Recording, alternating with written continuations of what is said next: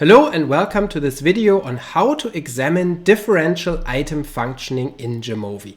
My name is Geiser, I'm an instructor with QuantFish.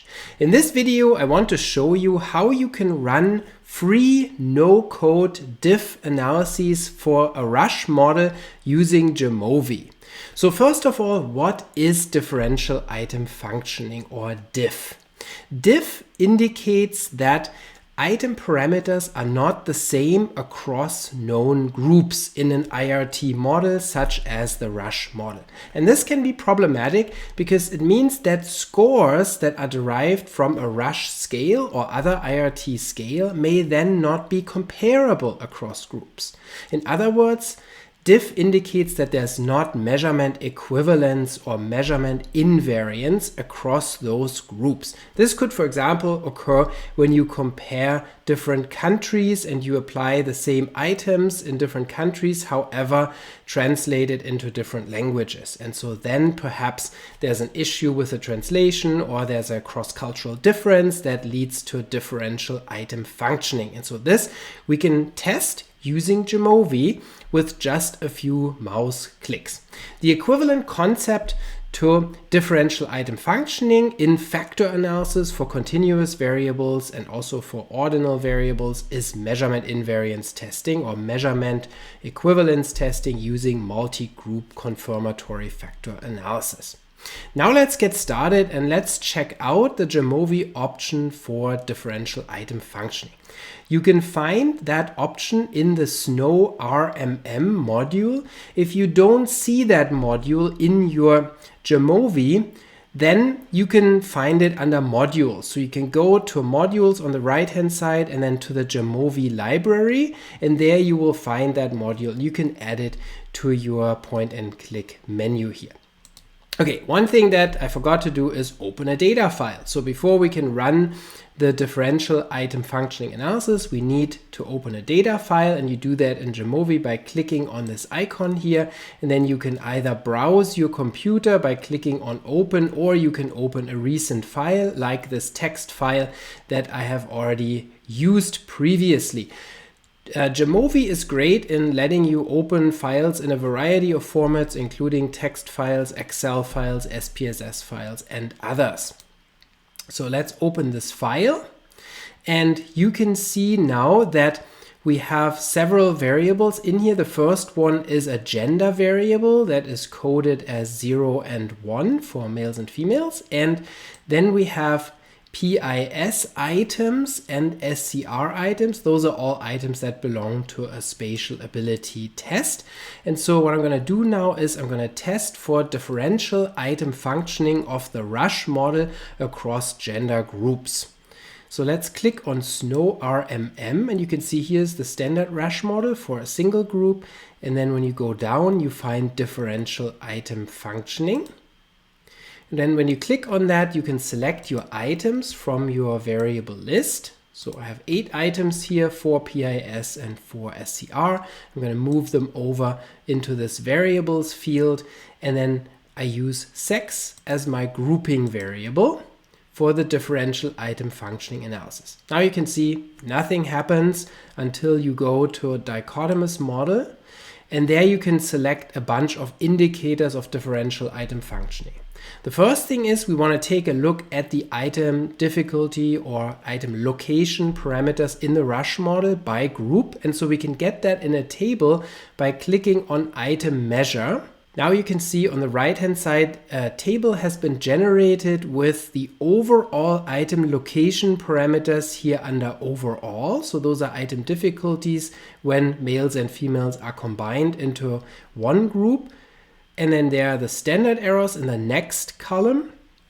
And subsequently, we get the separate item difficulty parameters estimated for group 1 with their standard errors, and then next for group 2 also with their standard errors. So now you can examine differences between those item difficulty parameters for a given item across groups. However, it's kind of difficult to see whether there's a difference that is meaningful. So you can see, for example, for PIS1, group 1 has an estimate of 814. Group 2 has an estimate of 0.667. Is that a significant difference? We don't know. So next then we're going to take a look at z-statistics, which are tests of significant differences between item parameters for each item. So this is given in the next table, z-statistics.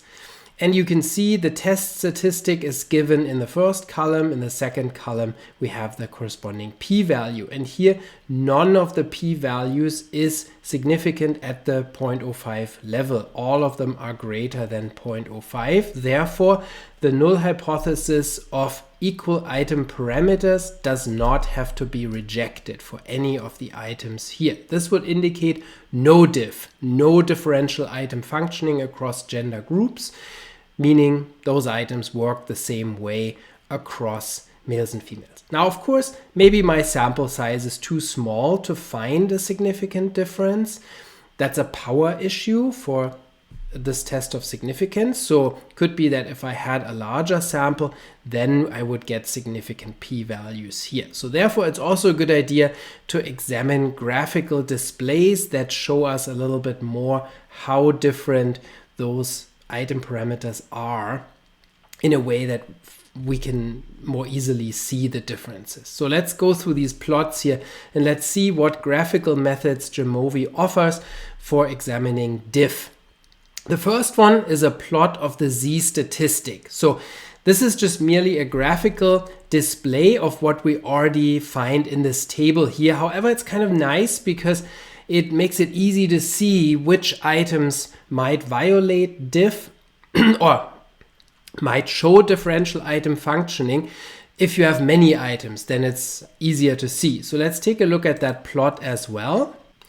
You can see very easily that none of these are outside of the non-significant range for z-statistics. So this is much easier to see than in the table where you have to eyeball all these p-values.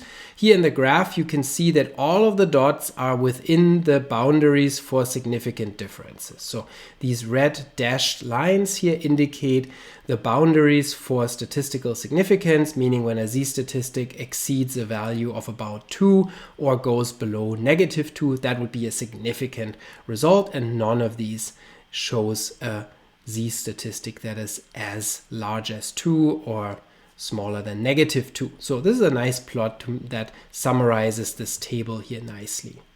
Next, we can do a comparison of item difficulty by plotting those parameters from the first table that we found here under group 1 and group 2.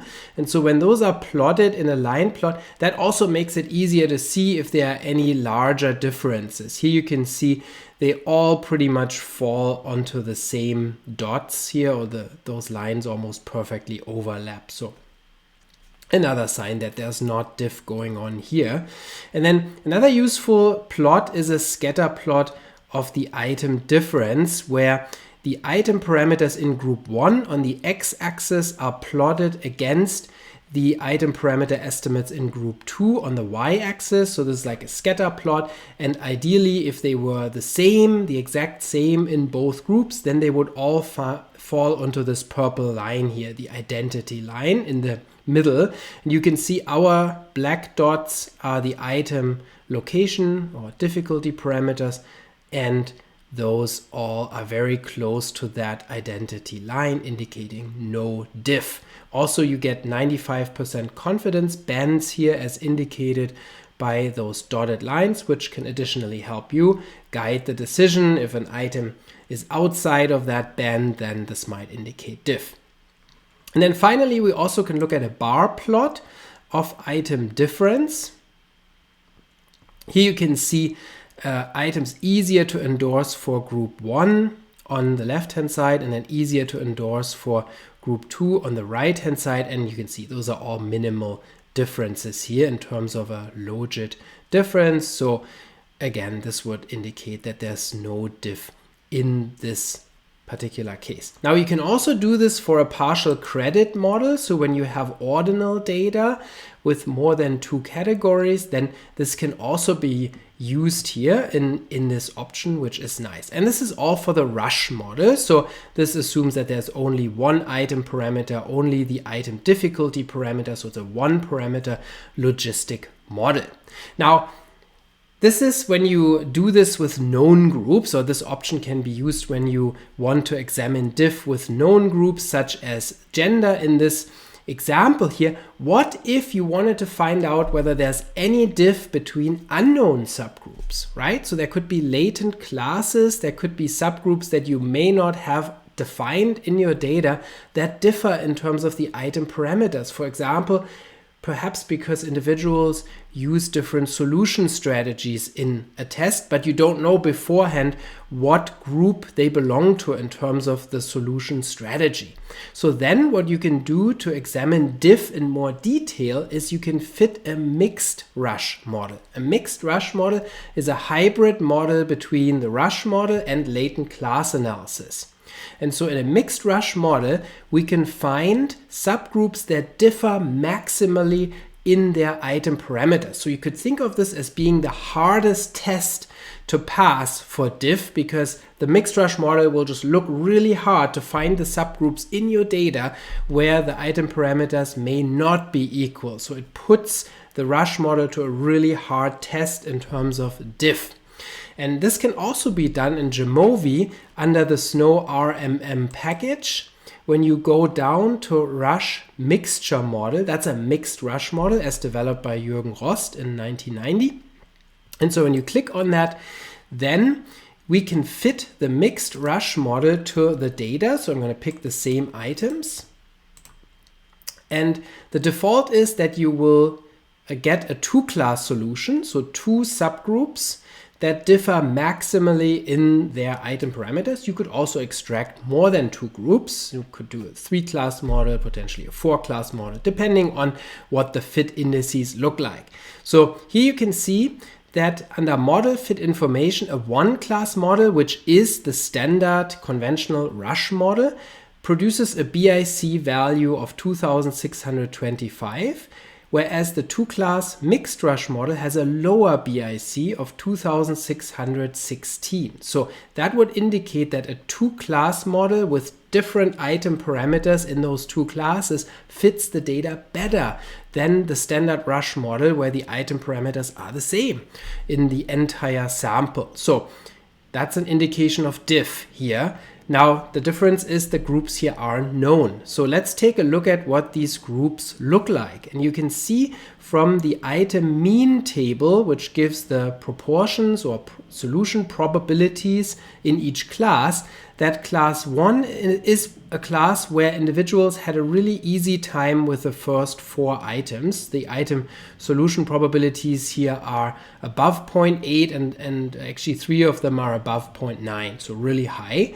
But then they had a tougher time with the last 5 items. And so the last 5 items are a different item type called spatial cognition required, whereas the first 4 items are pattern identification sufficient items, so they can be solved with a pretty unsophisticated strategy, whereas the last 4 items require a spatial cognition mental rotation strategy. And so it seems then that class 1 may be a group of individuals who used a pattern identification strategy rather than a spatial strategy for these items. Whereas in class 2, you can see the item difficulties are more evenly distributed across all 8 items. There is still a tendency for the last 2 to be a bit more difficult, but overall item solution probabilities are more even and they're relatively high, at least for the first 6 items. So these individuals may have used a spatial strategy that would be successful also for the SCR items of this test. Now we can display this a little bit more neatly by clicking on item analysis and then clicking on measure, which gives us the item difficulties estimated in both classes. Here you can see this. So class 1 has negative difficulties for the first 4 items. Negative difficulties indicate the items were easy. That was reflected already in these high solution probabilities in the previous table. And then below that you have high difficulties, especially for the last 2 items. And that indicates again that these participants in this class may have a preference for the PIS items and may find the SCR items particularly difficult. In class 2, we have a different pattern where the item parameters are more evenly distributed. And you can see here already just by eyeballing this that there are significant differences between at least some of these across the classes, because that's a big difference, for example, between negative 3.69 and negative 0.26, or between 4.05 and 1.848. So here there is diff across these unknown subgroups. We can also plot this by creating this item plot here. Item plot displays the item difficulties across classes. Blue is the first class, and here in orange you find the second class, and you can see now even more clearly those differences in item parameters across classes. So this displays the values that are already found here in this table, and so this allows for a visual analysis of diff, and it's pretty clear that those classes differ. Now what you can do here as well is you can do a person analysis, and so you can save person membership to the data file. And that's nice because in that way you can separate the groups. So then you have a manifest grouping variable that allows you to do what we previously did with a gender variable. We can then run a more detailed diff analysis if we want to, based on those class membership values. And so you find those when you go to data, and then to the far right hand side you can see a new variable has been added to the data file, membership. And so this gives the membership or estimated class membership in class 1 and class 2. And so now we could separate those individuals in class 1 who may use a pattern identification strategy. You can separate those from the individuals who may have used a spatial strategy. And so that would help us if we suspect that diff was at play here. We could eliminate, for example, those participants that may not have used the intended strategy that we actually wanted to measure with this test. I hope you found this video useful to learn about how to conduct diff analyses in jamovi, both classical and with a mixed Rasch model as a mixture distribution diff model. My name is Geiser, and I'll see you in the next video.